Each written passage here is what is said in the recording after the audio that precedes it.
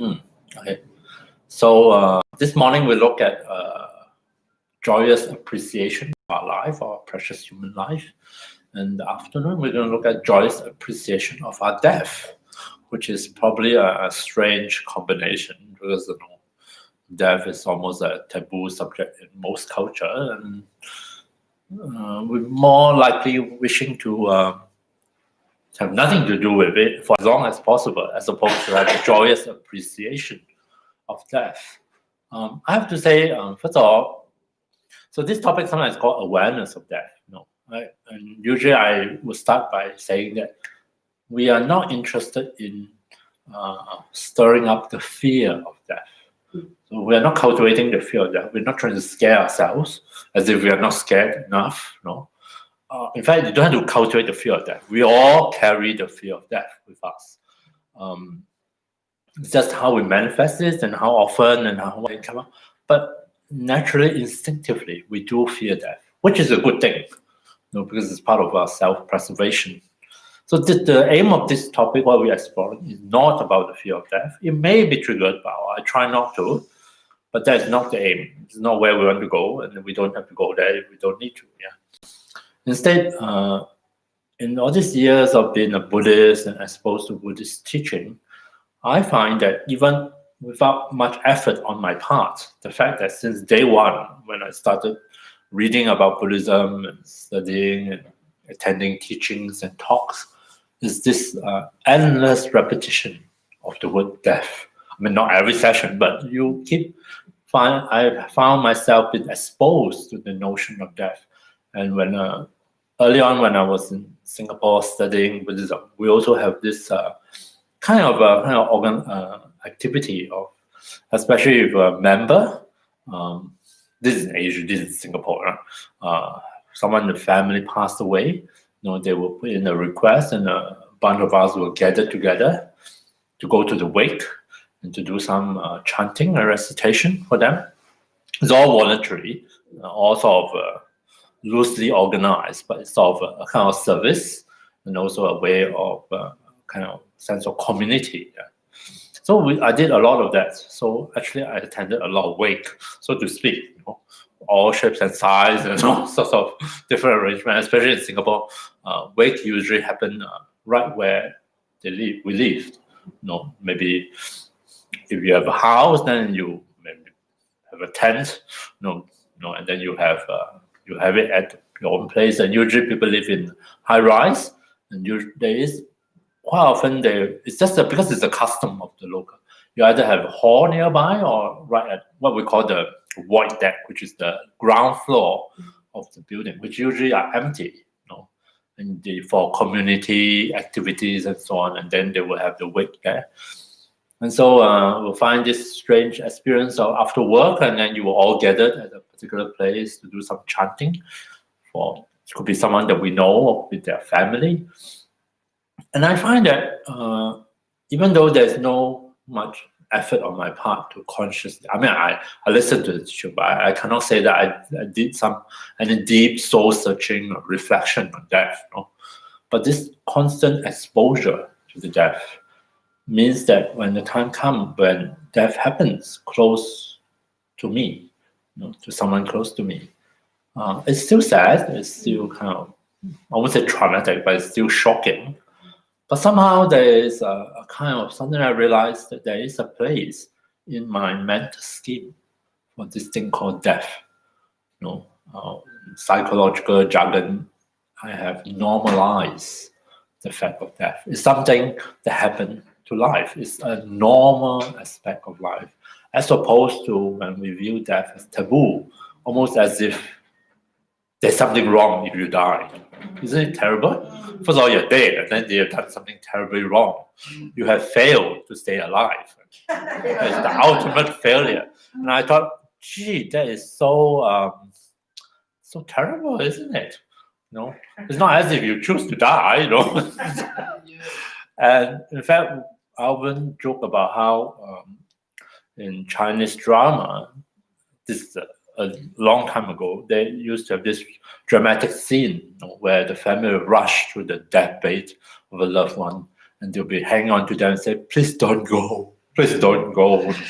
I say, the poor guy. If he can speak, he should say, but I don't want to go. It's not like I have a choice, right? I'm dying.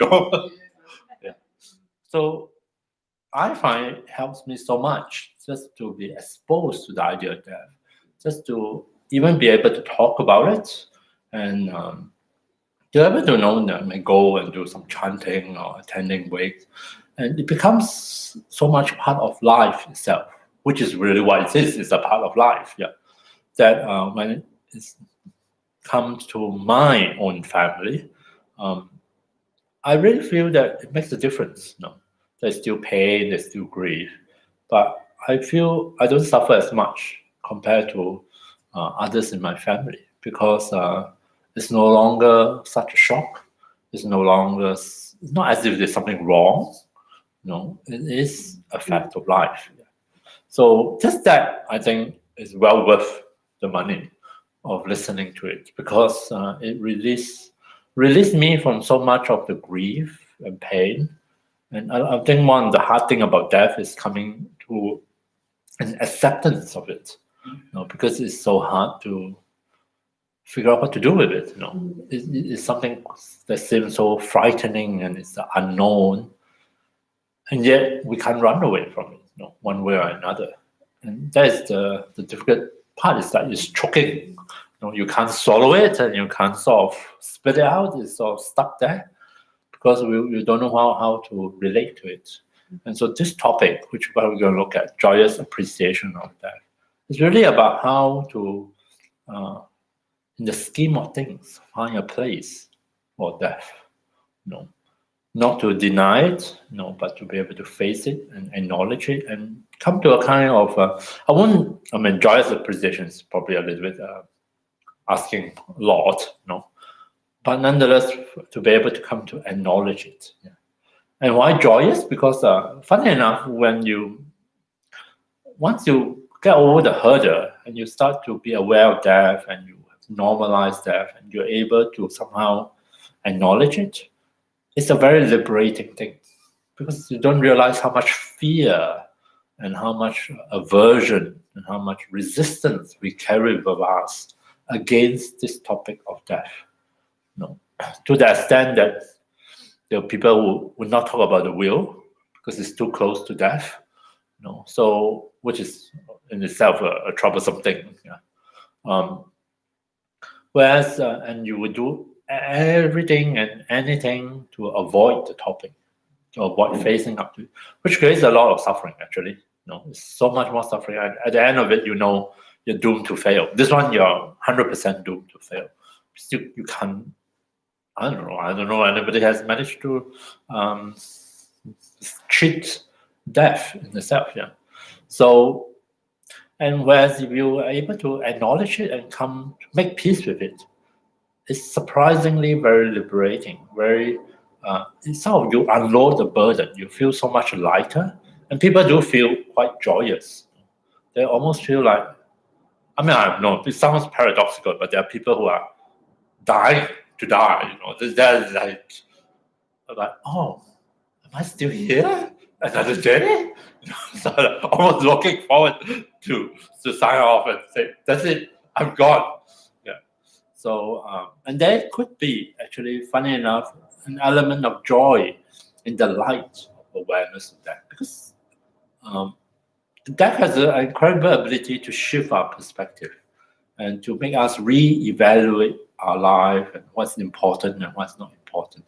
And in that light, you find that a lot of things that we might get very upset and we react very strongly suddenly becomes of no consequence whatsoever.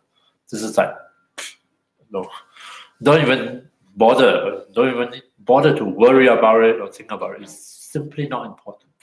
Whereas then you channel your energy into things that are really important to you, to cherish what is really precious for you. It's sort of a marvelous thing.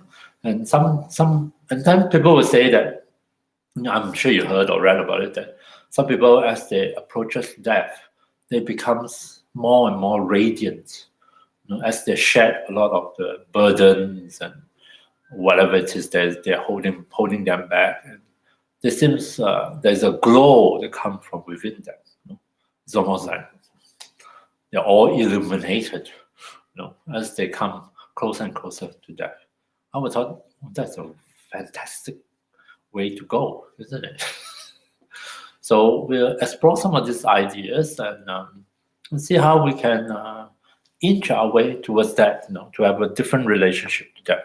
So first topic, usually in relation to the topic of death, in teachings, there are two ways to reflect and meditate on it. One has to do with coming to have a kind of acknowledgement or make peace with the fact of death, and also what is implications. So often we are asked to think about the certainty of our death, the uncertainty of the time of death, and also what is really important or what is really helpful at the time of death.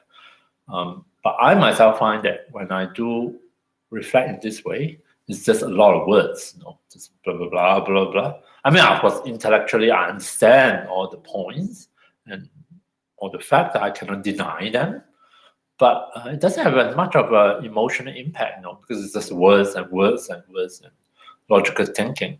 And since I'm by nature pretty kind of slow reaction, so that doesn't help. First of all, I personally feel that its impact is not as strong as I want it to be. So I came out with this strange meditation, which works very well with me. I try once or twice on others. I do sort of experiments, and it's pretty. At least for me, it's pretty powerful. So I share with you. It's a way of relating to the fact of death and working on its implication for ourselves.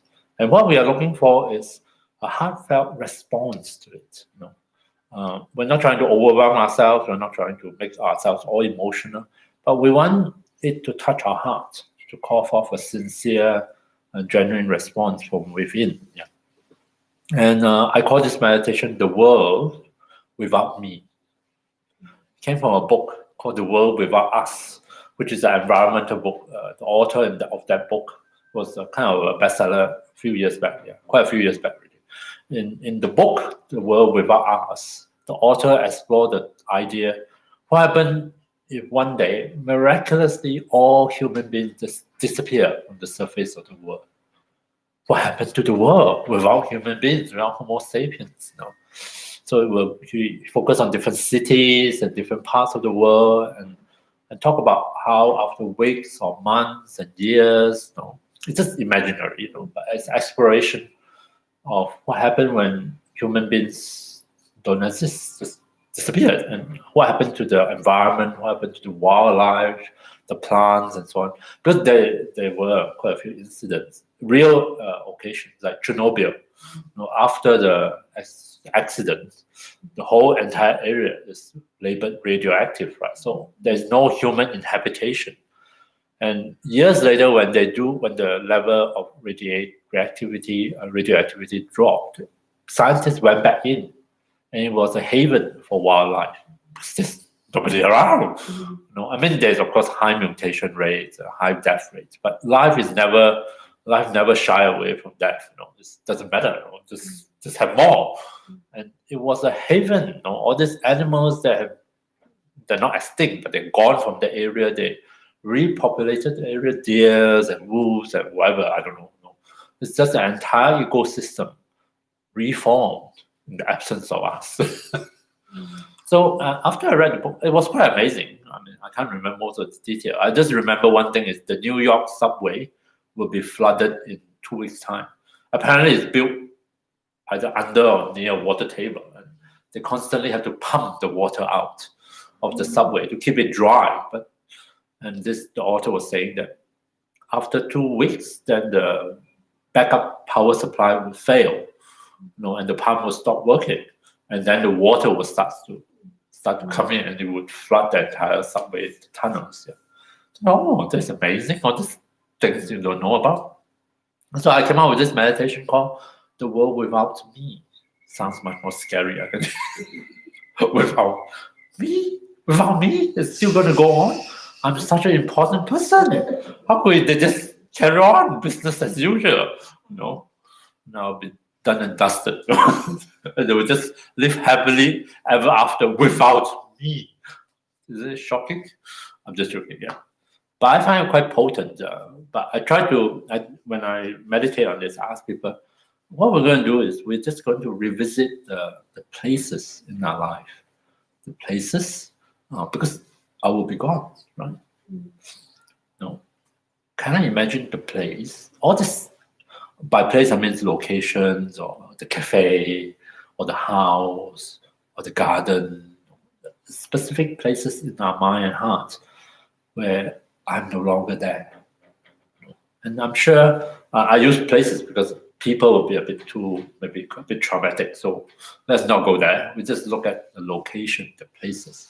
And there are many important places in our life, isn't it? Some are still around and others are already gone, impermanence. It's like the house that I grew up in, Dad was never very willing to spend money to renovate it, so it's pretty run down. And he saw it become a warehouse at one point. And then one day, flipping through a magazine, my sister pointed out to me, and this interior designers magazine said, "Look, that is our old house, all decorated, decked out, Baroque style. Like I mean, basically every inch has something, a chandelier or some relief or this upholstery, all this."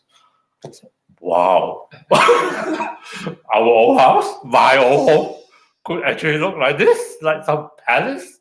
It's by a famous hairstylist. Gee, wow, impermanence. Talk about impermanence. Yeah. So I think there's something poignant, also something wonderful to revisit these places, some of which still exist, and others only exist within our own memory. Yeah.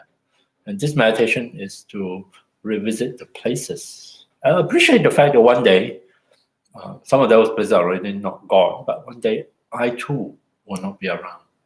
And this is a kind of opportunity, before it's all too late, to revisit the significant places in our life. And it's a bit of a reminiscence, but it's also a kind of appreciation of the place, and to say, gee, I have all these memories of this place, or why it's important, or whatever it is. And now it's time to say goodbye. It's a bit sad, but nonetheless, but it's sort of bittersweet is what I would call it. But it's also wonderful to be able to go back and cherish, at least take another look and say, through the power of imagination, and say, oh, no, this is the place where I have these experiences, and there's another place, and there are some places are particularly important to us, and we take this opportunity, to go and to kind of like, I don't know, pay respect. I don't know whether you will call it, but it's a place in a very different attitude. And at the end of each of those journey or whatever, pilgrimage, you may call it, you can call it pilgrimage to the important places, we say goodbye one last time. Right? And so, and at the end of this meditation, I usually do it at random. Right? Other people would think, people with OCD would be pissed off with me because I never follow any chronological order or geographical kind of progression. I just jumping here and there. I like it that way, but you don't have to. You can follow whichever ways that make sense to you. But I like it that way because often I like surprises. Out of nowhere, a particular memory will pop up, and I say, "Oh, I forgot about that. I forgot about that." That could be, maybe just a few blocks down the street where I suddenly have this flashback of going with my mother to the bread seller. This is very unusual. This usually an elderly person pushing this wooden cart around, and it's just loaves and loaves of bread inside.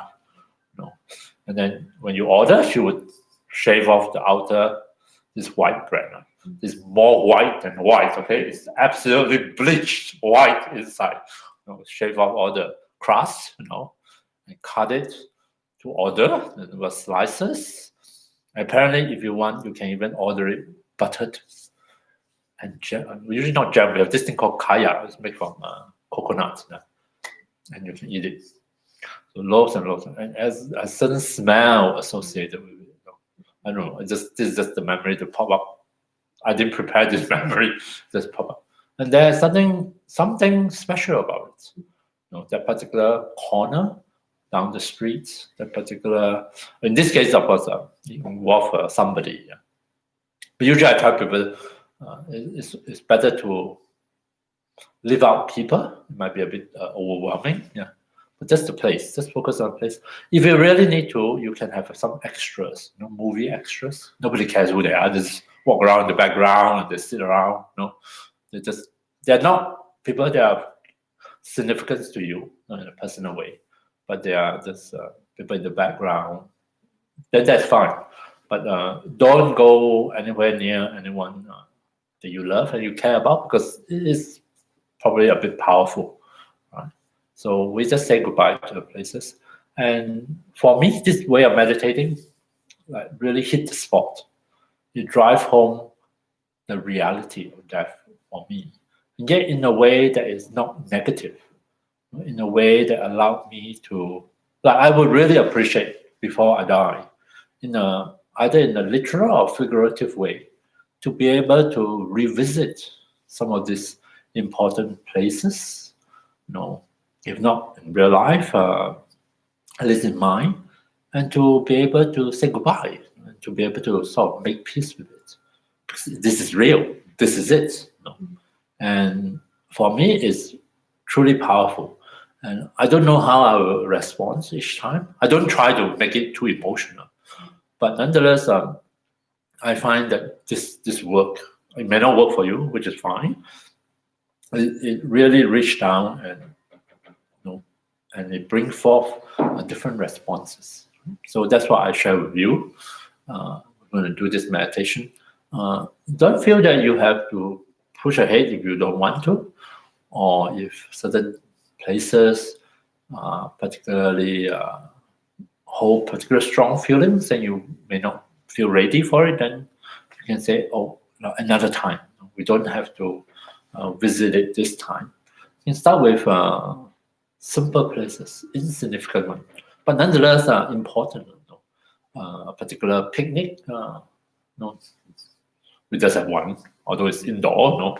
You probably have many in one lifetime, but maybe just a particular picnic comes to mind, and you may recollect that place, the location, mainly the location, and say, "Oh, yeah, that's nice. I remember I have a good time in this particular location, and now I can say goodbye."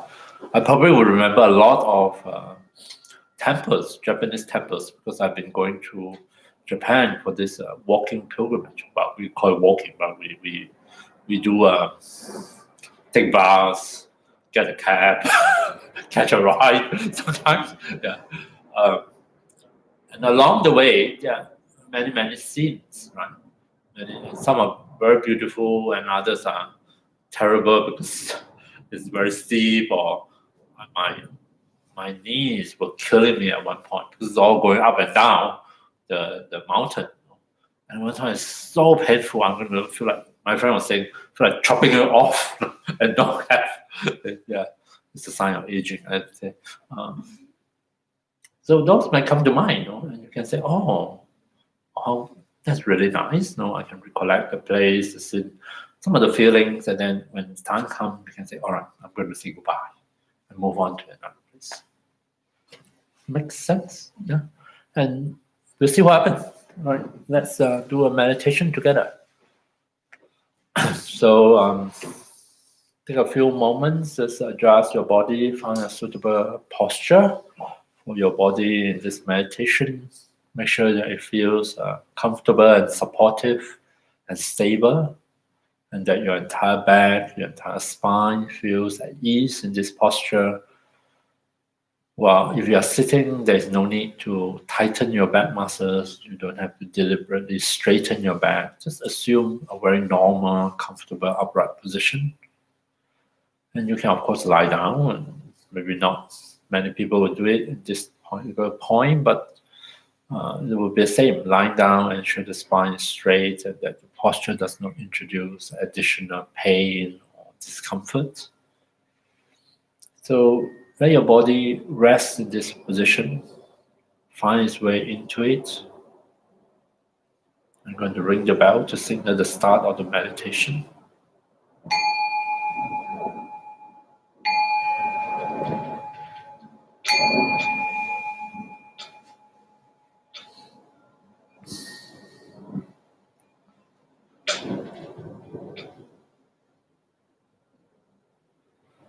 So just as before, having settled our body to our meditation posture, it's always good to spend some time, even just a few minutes at the beginning of the meditation, to help our body and mind to adjust, to shift gears, to transition into a meditative state.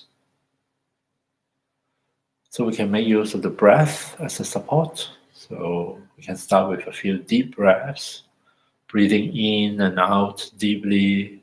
And on the out breath, remind yourself to release.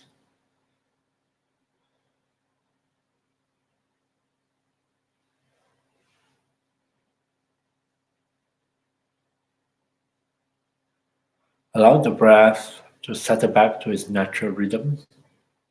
We don't have to control the breath in any way. Instead, simply become aware and notice the rhythm of the breath sensations as we breathe in and out.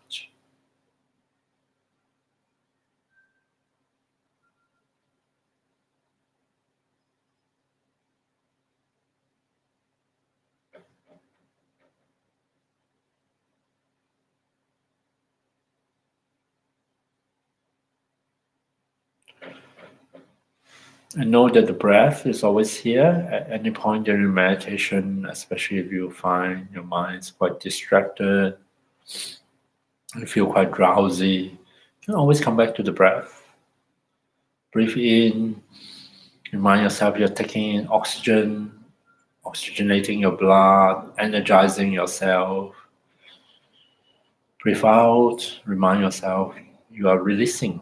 You can release agitation, put aside thoughts or memories or images not related to the meditation.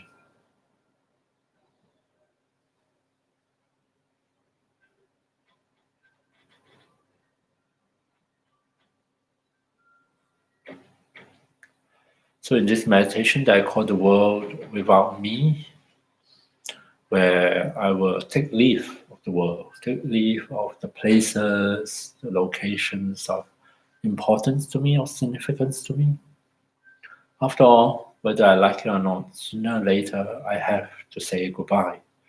There will come a day where the world will continue, the earth will rotate, and people will go about their lives, and me in this current form will no longer be here.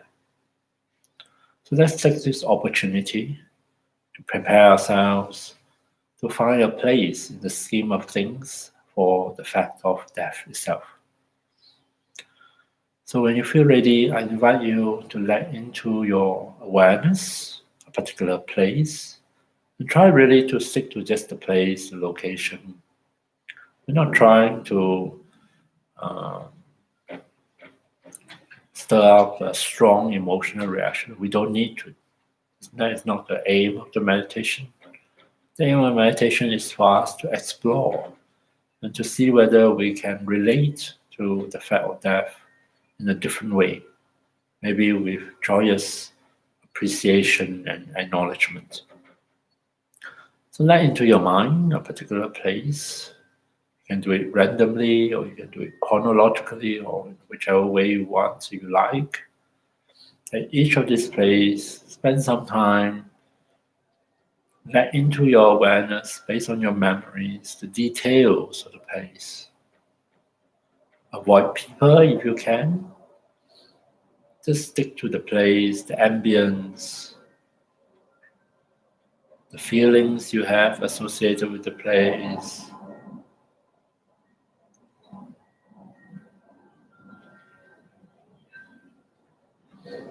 If you can, let in as clear as possible a visual image of this place, and auditory memories, even smell and touch, if those are applicable.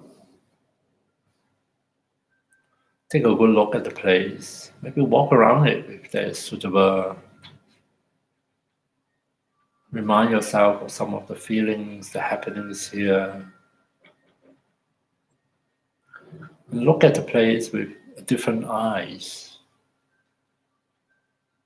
One, those of which from a place where you are ready to say goodbye.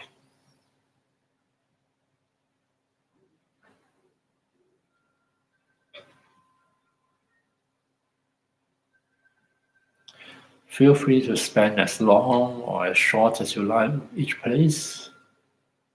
And when you think it is time to go, take one last look, say your goodbye, make your peace with the place, and release it from your awareness.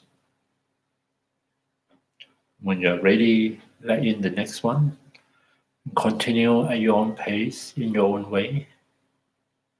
And see if you can explore your feelings, your reactions, your thoughts stirred up by this meditation.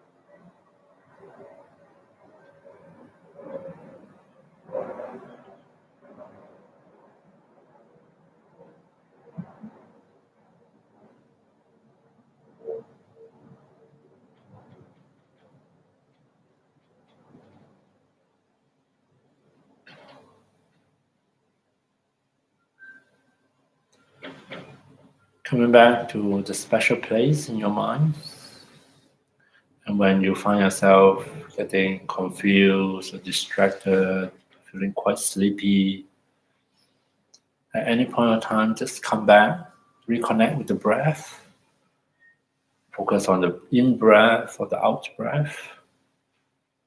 And when you feel ready, start again. There's no big problem of starting again and again, and explore the world of places and locations without me.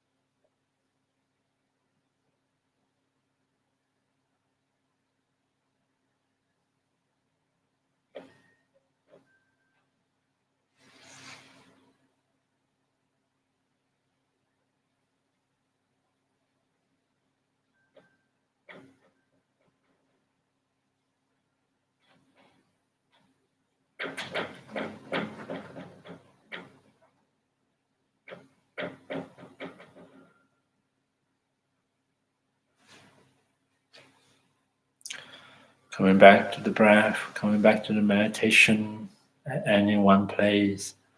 Feel free to spend as long or short you like.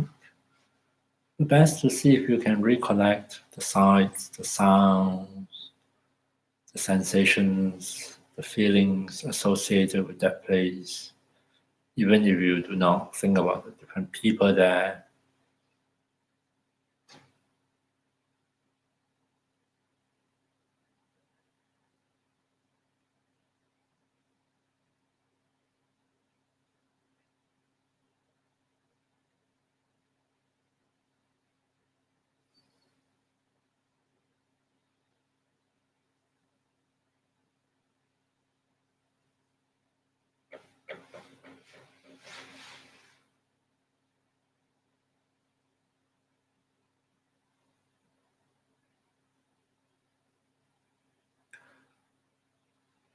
Coming back to the place, revisit the place in your own way, re-experience a portion of the past memories. Some of these places are no longer with us, they're already gone, swept away by the waves of impermanence. Others might still be here. Nonetheless, we and all these places are all impermanent or subject to change.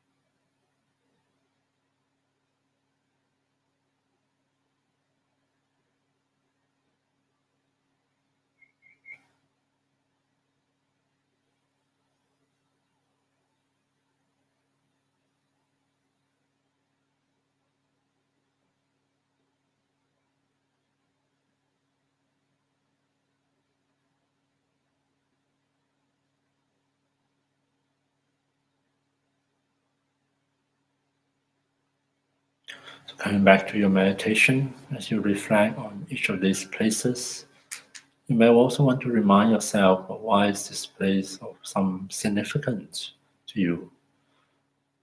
What might be its associations, association with feelings, with ideas, with thoughts. If possible, focus on the positive feelings, positive associations.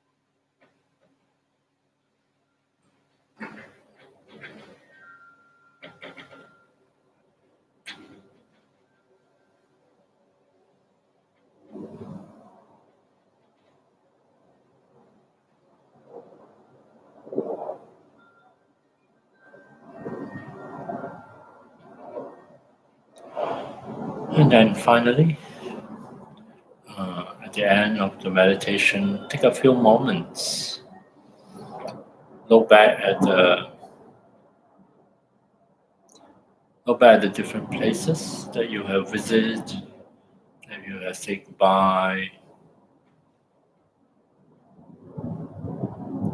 See if you can reflect and draw your own conclusion based on how you feel, based on the different kind of thoughts and reactions that come forth as you engage in this reflection and meditation.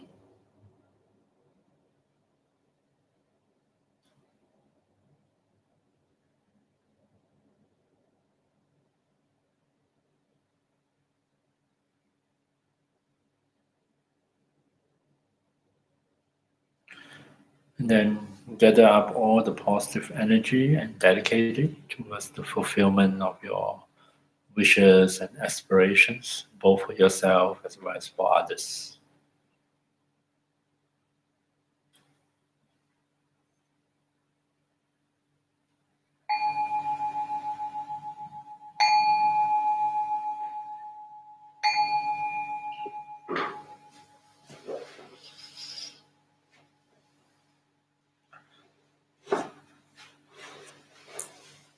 So it might be a difficult time to meditate.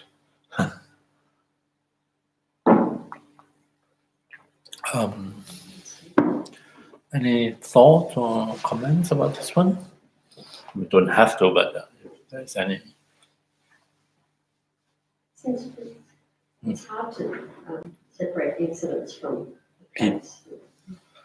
Yeah, I understand. Yeah. So, but at least you focus more on the location and the place, Yes, and less on that. I do it this way because if I use it in a setting like this, or I want to make sure that at least it's safe for people. I don't want to accidentally traumatize people or re-traumatize them.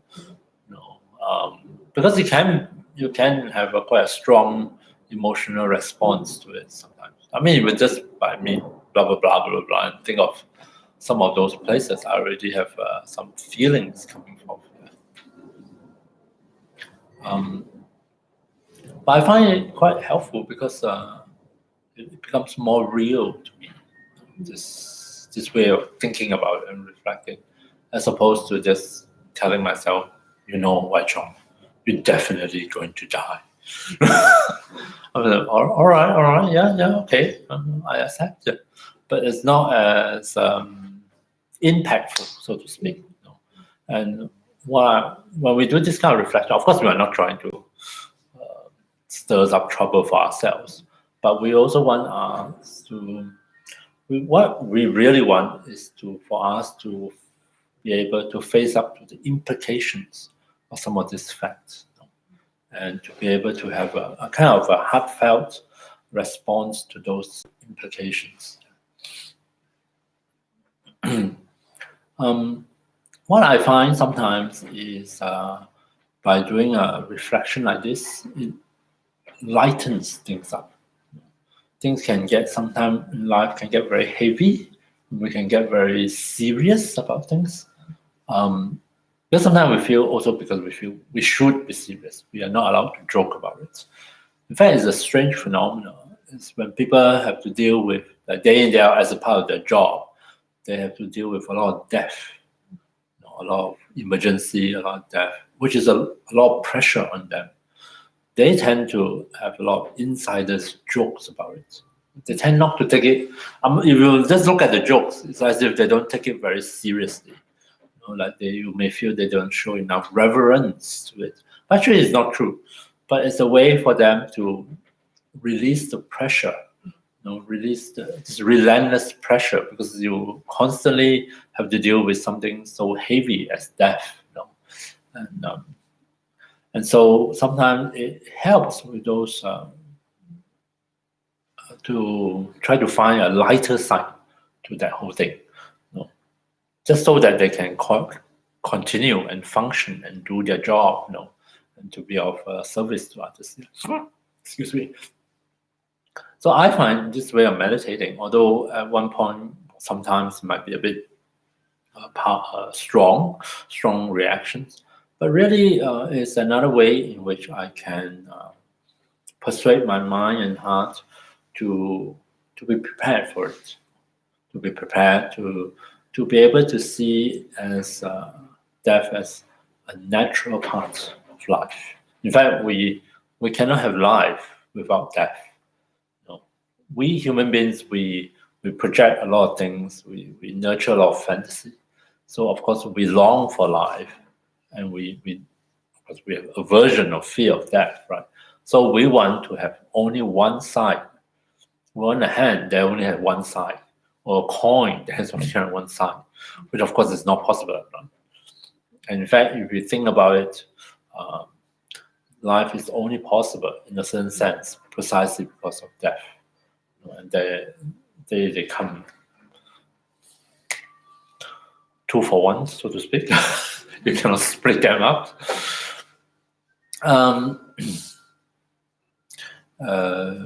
And as to the joy part of it, is when we finally able, not easy, but when we finally able to make peace with it.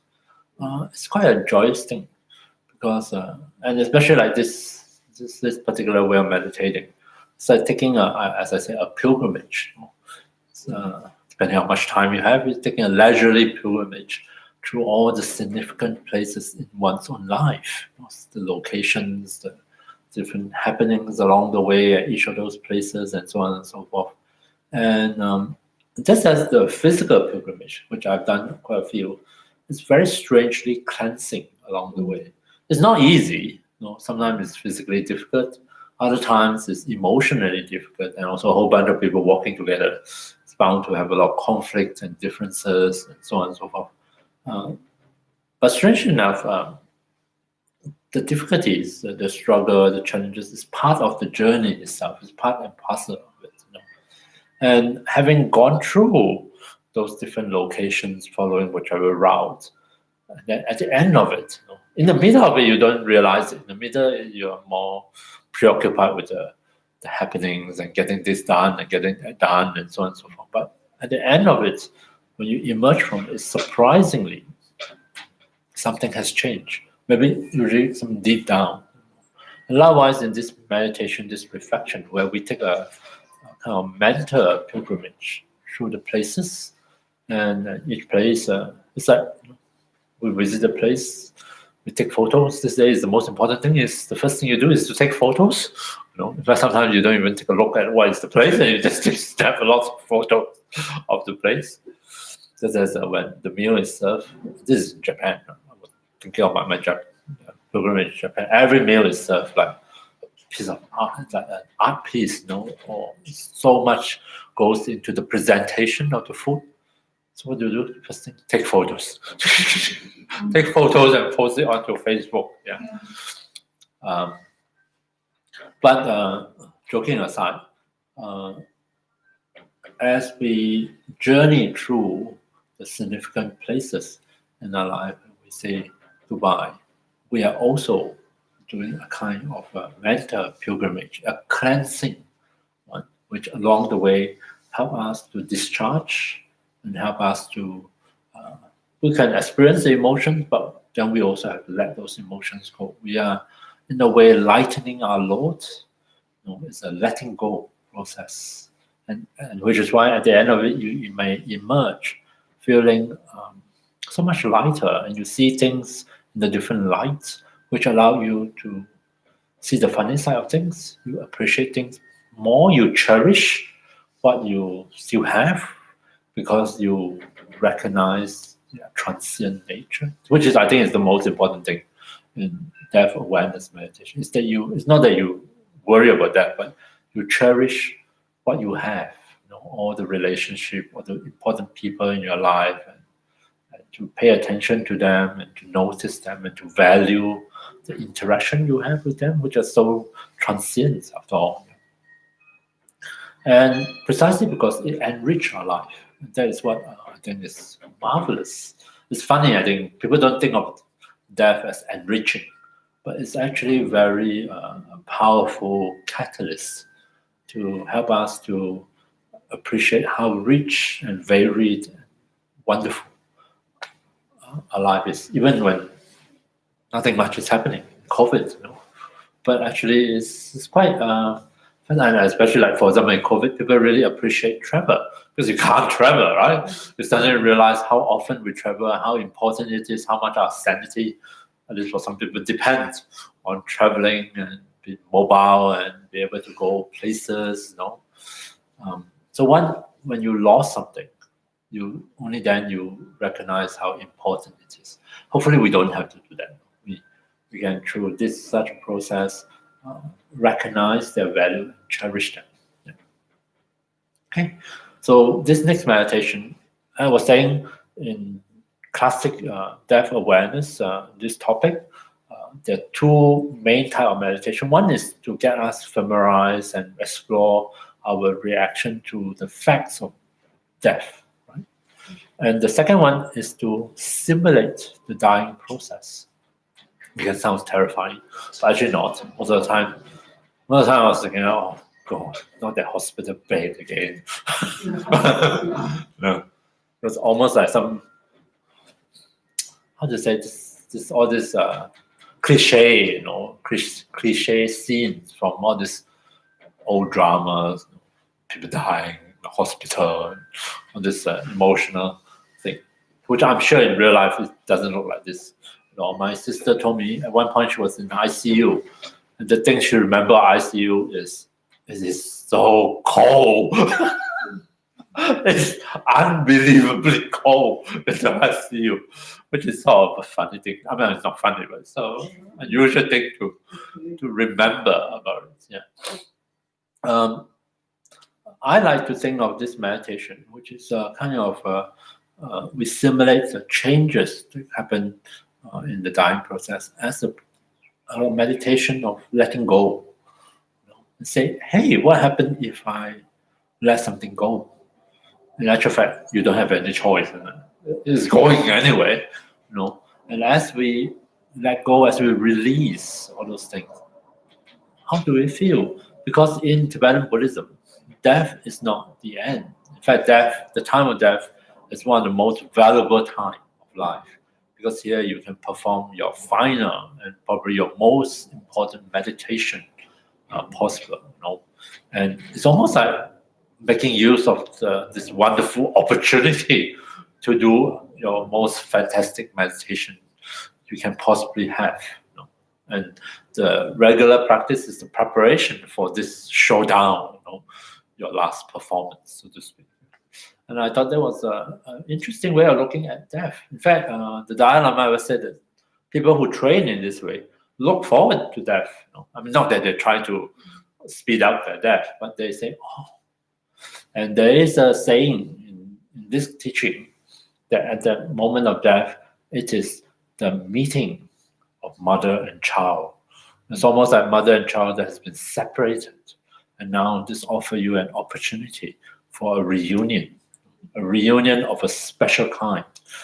In this case, it's a reunion of we ourselves, ordinary awareness, with our primordial awareness, what we have always have, but at the moment, due to our circumstances in our day-to-day life, is obscured. They're so busy, basically. We're so busy with mobile phone and this and that we miss out and we are not aware of an aspect of our awareness, of our consciousness that's always here, but we are not aware of it. In order for us to reconnect with it, you almost need to let go of all these layers of crust that we have layered on, or things that we have gathered and cluttered the entire space. We're so cluttered we can't see it, and it's the time to have a spring clean, a garage sale, for example. Clear out your self-storage space, which I helped my friend to clear up the self-storage place. Gee, you really pack it in, and sometimes, which is very common, you have no idea what's actually inside. You haven't touched it for the 7 years or whatever. Clearly, you most probably not going to use it. Yeah? And so that's how I think of it. And I think it's really important to view it from a positive regard. So let me just describe this meditation. It's actually quite like going to sleep. In fact, in the teaching, it says a similar process happens as we fall asleep, which is also a process of letting go, right? The nights where you can't let go, we're staring at the ceiling, at 3 a.m. and still about whatever it is that is preoccupying you. And whereas other days, your head hit the pillow and you instantly let go. Whatever it is, I don't know, it's all gone. It's just all dropped off, and you find your consciousness transition into a different state. Yeah. So I'm going to guide you through a series of we imagine. So no worries, don't worry about it. It's not that easy to trigger the actual changes, so we just imagine. There's 8 steps to it. And I find that when I do this meditation, even though when I start off thinking, oh, it will be a lousy meditation, I'm so agitated, or I'm so preoccupied with this, and blah, blah, blah. But I step myself through the 8th step. The funny thing is when I arrive at the last one, I genuinely forgot what I was thinking about at the beginning. All I did was just telling myself, oh, I'm saying goodbye to this. Okay, bye-bye, bye-bye, bye-bye, bye-bye. And then by the time I arrive at the last step, I say, oh, it's gone. Temporarily, of course, back. So first stage, we imagine we are saying goodbye to earth element. Earth is all the most solid thing in our life. I call it the furnitures of your life. The furnitures that it costs you a lot to buy and costs you a lot to cut around, costs you a lot to move from one place to another. The furniture of your life, the solid material things in life. Also, it represents order and structure in our life. Order, structure, routine, things that we surround ourselves with to give us a sense of stability and security, right? And maybe it's time to put it aside. Earth element dissolve, fading away from our consciousness, saying goodbye. We are saying goodbye to it, or it is saying goodbye to us. Ciao, see you. It's gone. So as that most structure, most dense, most heavy aspect of our experience fade away, there is in the mind a vision appear. It's almost like the mind automatically creates this image because it feels that transition happening. And this image is one of mirage, shimmering in the distance, as if there is water on the road, so to speak, on a hot road, but in actual fact, there may be none. So it's an omen of what is to come. So which it's an omen of water element, which is the next element. Water, all our life experiences with water, drinking coffee, washing our hand, washing dishes, having showers, swimming, those are rain. So those are external water elements, all the fluid, the water. But water also represents feelings. It's a symbolic one. So just as earth represents structure, security, water represents feelings. And the entire lifetime, we have many, many different feelings. Some are very significant, very dramatic. Most of the time, it's just a little bit of pleasant experience here, a little bit of unpleasant experience there, and a lot of neutral, almost boring moments in between. Feelings are just like waves and water flowing, ever changing. We say goodbye to it. It's time to say goodbye. It's departing. Everything is drying up, and another omen appear. You don't have to remember this. I'll guide you through it. But just give you an idea, in case this is the first time you hear this meditation. You find yourself in a space filled with smoke. Where there's smoke, there is fire, which is the omen of what is to come next. So fire elements. Water disappear, fire elements. Fire, of course, is all our experience with heat, with fire, sun, cooking on the stove, having a bonfire, having a barbie. Although these days barbie has no fire, but heat and fire. And symbolically, I think of it as passion. the things, the energy, because it's energy, the things that stirs up so much energy, we find ourselves energetically pursuing certain things, passions. Maybe money is your passion, you spend your entire life working for money, or artistic pursuits, or whatever it is. Passion, fire element. Fire element is cooling down, saying goodbye. Fading away, it's time to say goodbye, let it go. And in the transition, the image of, I always think of it as fire sparks flying against the night sky, an omen of what is to come, which is wind element. It's like you make a bonfire at the beach, and there's a gust of wind. I mean, it can be any place. It lifts up all these fire sparks. So wind element is the breath, our breath, breathe in and out, which represents life, of course. And this wind element is subsiding, inclined to stillness, almost as if the breath would stop. Yeah? And wind represents activities in the classic sense, classic symbolism. This is wind blowing, moving things around. It represents activity, all the business of an entire lifetime. Pottering here, pottering there, driving here, driving there, doing this, doing that, all busyness that we surround ourselves, immerse ourselves in, all that is stopping, slowing down, coming to complete stillness. We say goodbye to the wind element, to air, to activity. And in the transition, there's an image of a candle flame. The Tibetan use butter lamp, but since most of us hardly make our own butter lamp, so it will be a candle.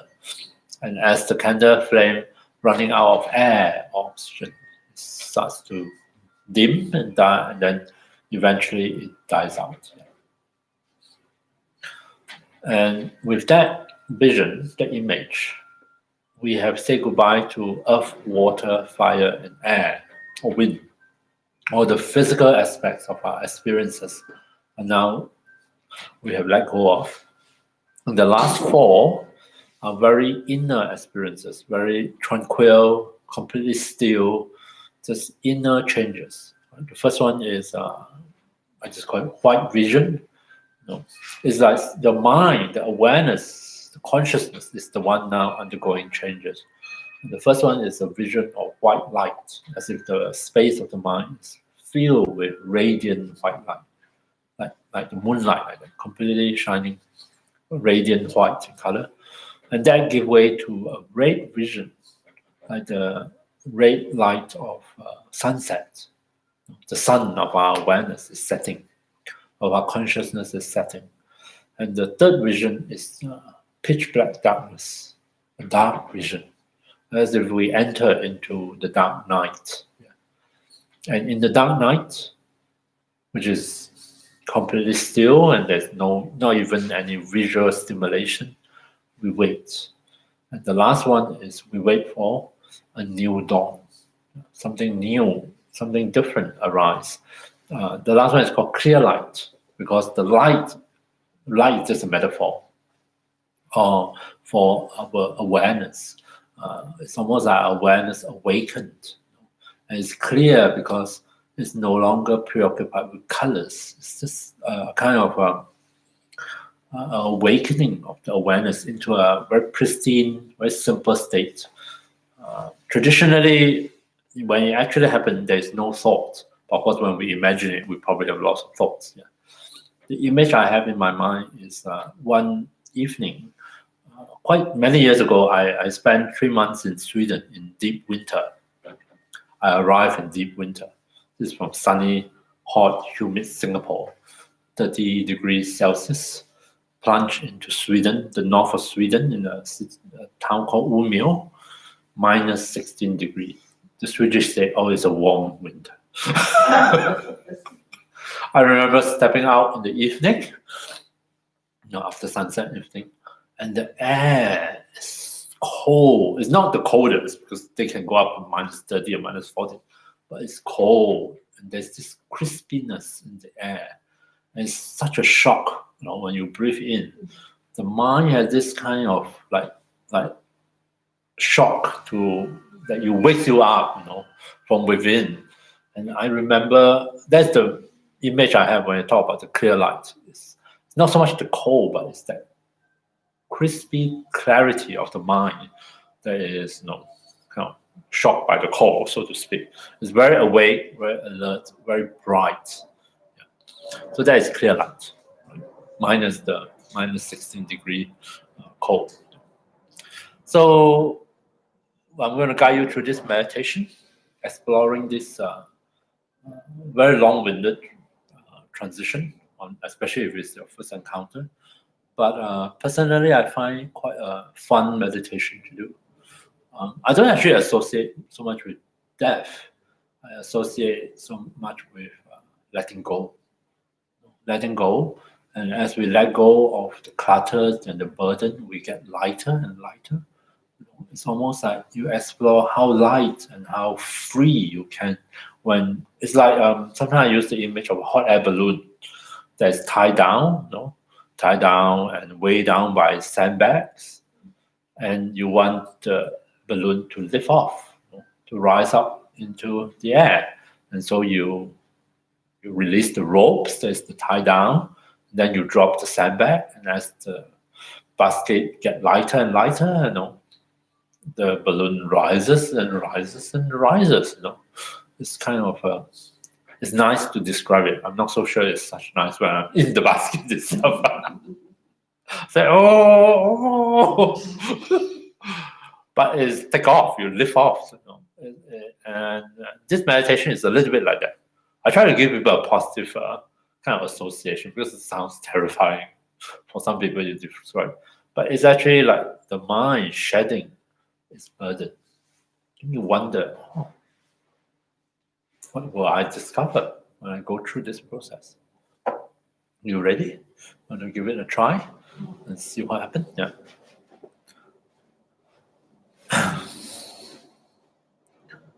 So let's go on a journey, your own hot air balloon journey up to the stratosphere of your own atmosphere of your own mind.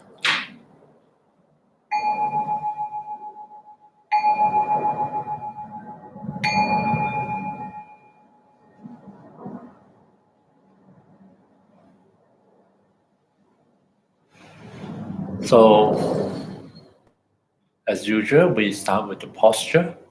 Make sure that you adopt a stable, supportive posture for your body, one that does not introduce unnecessary pain and discomfort if you can help it.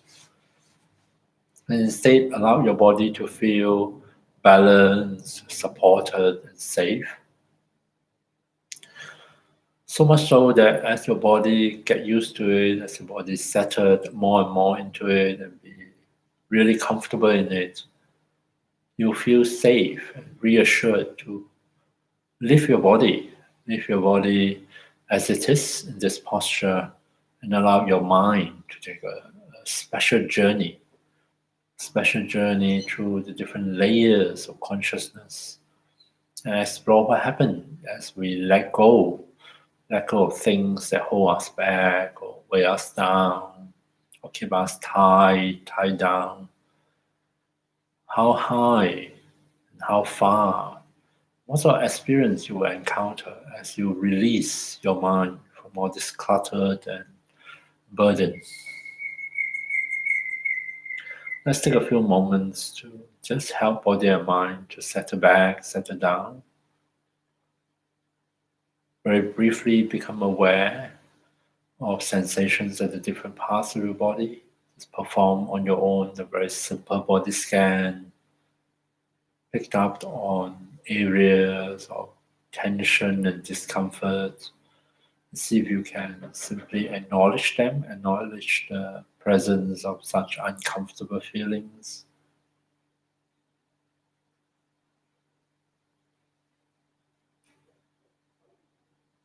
Reassured the body and the mind that they are well supported, well settled.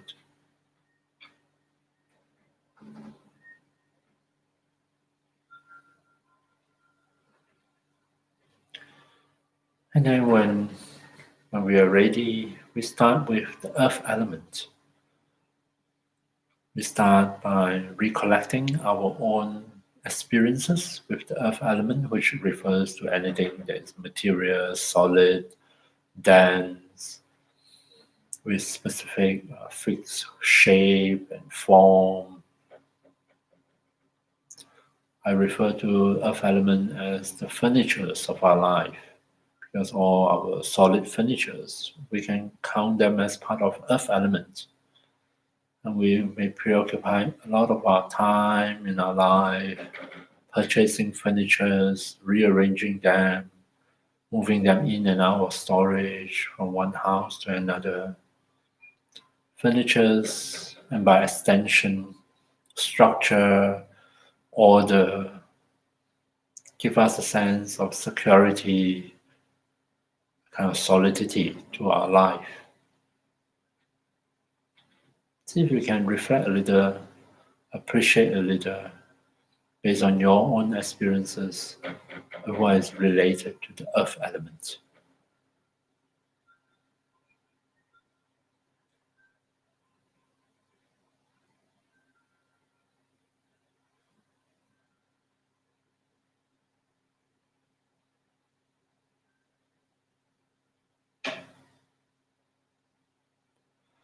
Earth element is dissolving, saying goodbye, fading away from your consciousness.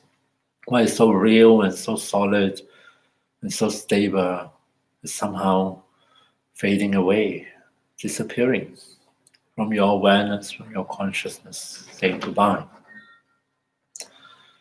In the transition, our mind come up with an image, a visual image, an omen of what is to come. Imagine in your mind's eye a mirage appear in whatever way that comes to you, a mirage in the distance, seemingly filled with water where there is none.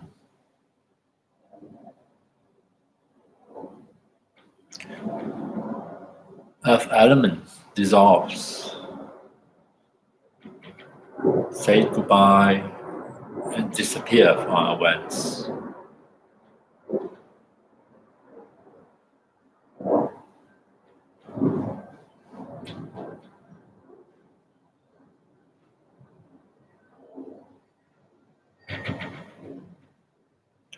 Water elements becomes dominant, come into awareness.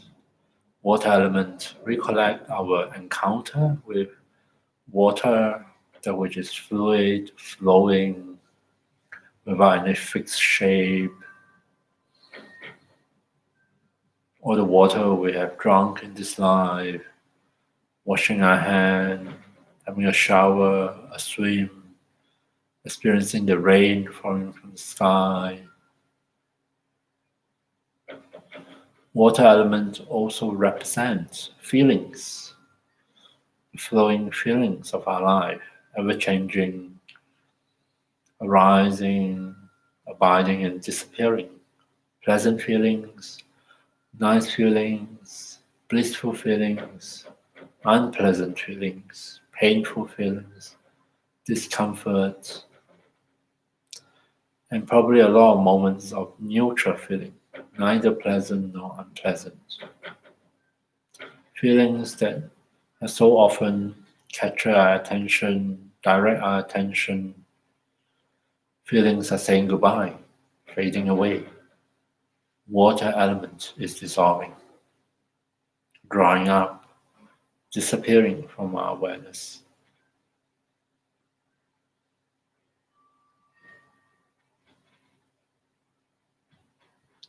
In the transition, another vision appears. In this case, a room filled with smoke. The entire space seems to permeate by smoke, an omen of what is to come. Water element dissolved, disappear from our awareness.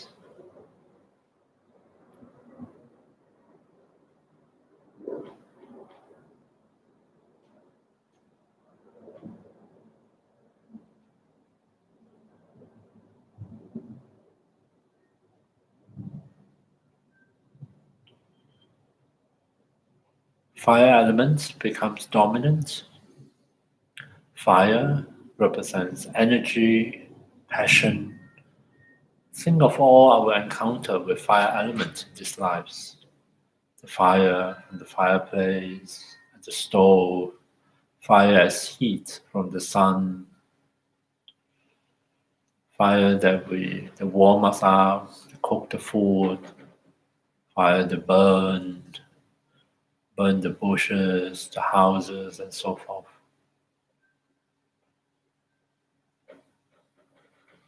Fire also symbolizes energy, our passions, the source which lead us to draw forth energy, momentum, to work, to accomplish something, or the passions that preoccupy us in our life.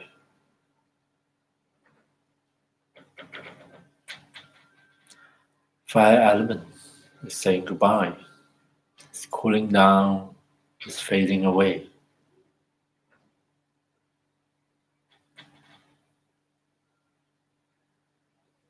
Fire element is dissolving. In the transition, the mind offers yet another vision. We see lots and lots of fire sparks flying against the night sky, an omen of what is to come. Fire cools and disappears, say this goodbye.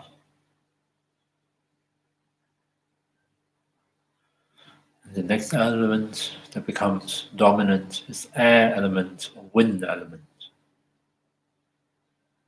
Air, represented by the breath, breathing in and out, is how we exchange air elements. And air or wind element also represents activities, all our motions and locomotions, all the activities that we are busy in throughout our life. All this can be represented by air or wind element.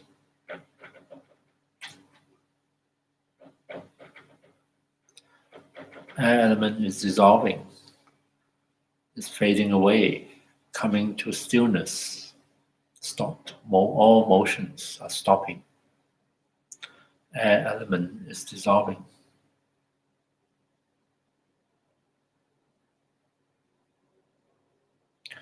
In the transition, yet another vision appears.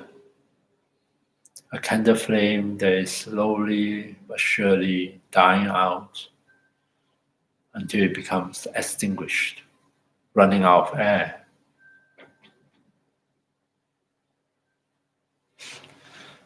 With that, imagine even the breath stop.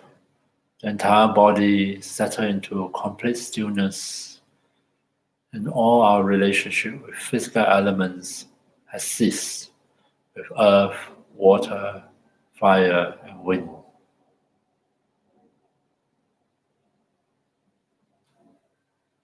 Now everything happened within the mind and consciousness, completely internal.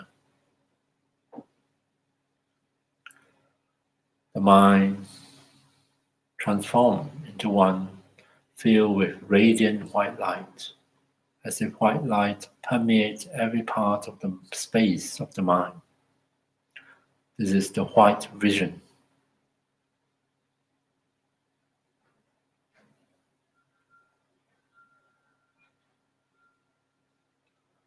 White vision fades, dissolves, and disappears, giving way to the red vision,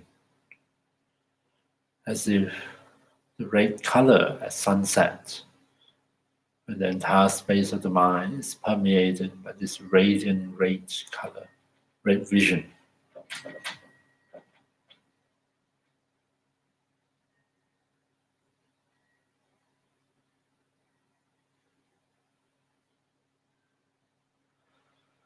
Red vision fades, and we find ourselves plunged into pitch black darkness, complete darkness, so dark that we can't even see our own fingers.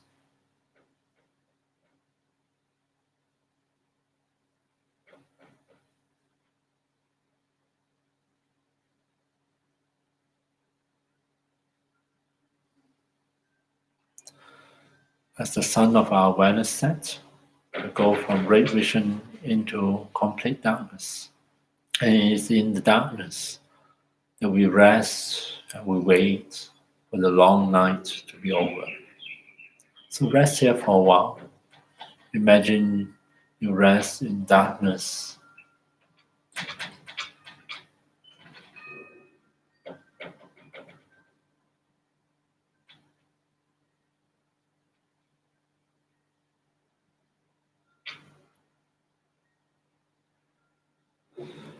And soon a light stirs, a new dawn is happening. We find our mind, our consciousness awakens into a different state, what we call clear light.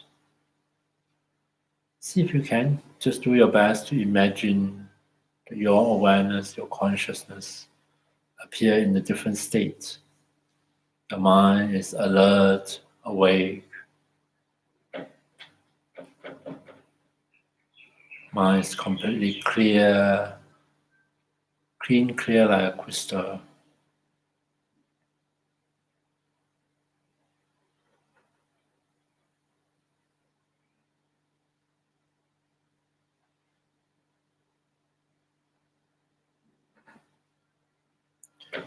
Rest in the clear light state for a while. Not to worry about thoughts that can come and go.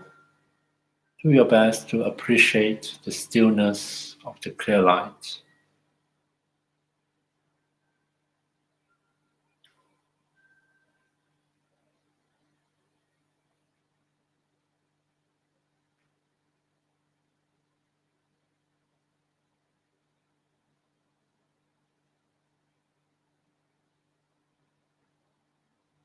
The clear light represents the primordial state of our consciousness, our awareness, before our mind is distorted by ignorance, by delusions, by attachment and hatred.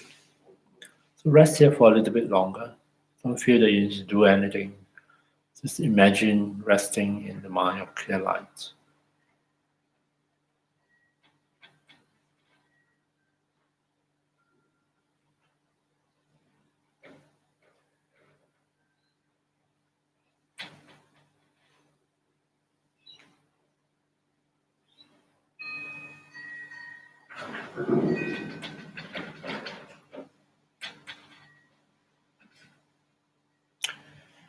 And now I invite you to check in on your body, check in on your mind, check in on the state of your mind, the quality of your attention. Find out for yourself how your body is feeling, how your body is doing, how your mind is doing at the end of this meditation. Find out whether going through the process of dissolution has made any difference whatsoever in your own meditative experience.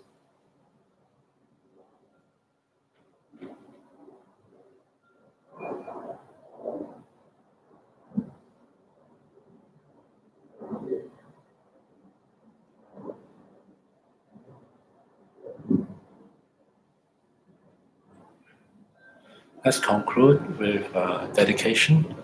Dedicate anything positive and helpful and beneficial that come out of it. Dedicate it towards the fulfillment of our wishes and aspirations.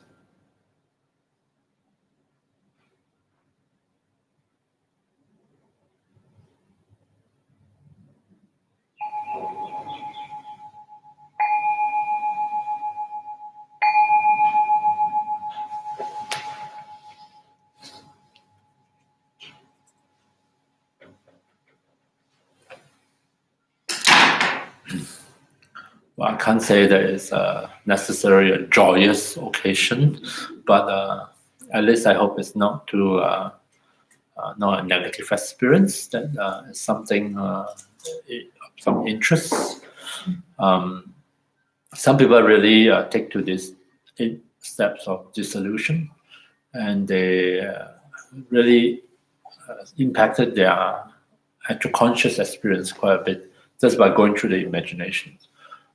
They can find themselves settled into a much more quiet state of mind, And quite often people respond with, even though you tell them there's clear light, they say that they see colors, colors like behind the eyelid. The colors that are generated by the mind solve. And usually is a sign that the whole system is much more calm, much more settled and really absorbed in the meditation. And that's when you may have experienced some of these mental phenomena. Yeah. And so I thought sometimes it's good to introduce this meditation. It serves a lot of purpose. It does present the Tibetan Buddhist view of the dying process, the different stages towards the end, and also highlight the existence of a mind of clear light, more primordial, the existing consciousness that is quite free. When it manifests, it's free from the distortion of our ignorance and attachment and hatred. Yeah. And so it helps to, with such a meditation, help to see death in a more positive light. That not only is it a letting go process, not only is it something that is bound to happen, it's a normal process, but it actually offers an opportunity for something transformative for us. It's an occasion to rejoice. Although I do say that don't come too soon, okay? I'm not quite ready for it. All right, thank you very much for your attention, and enjoy the rest of your Sunday.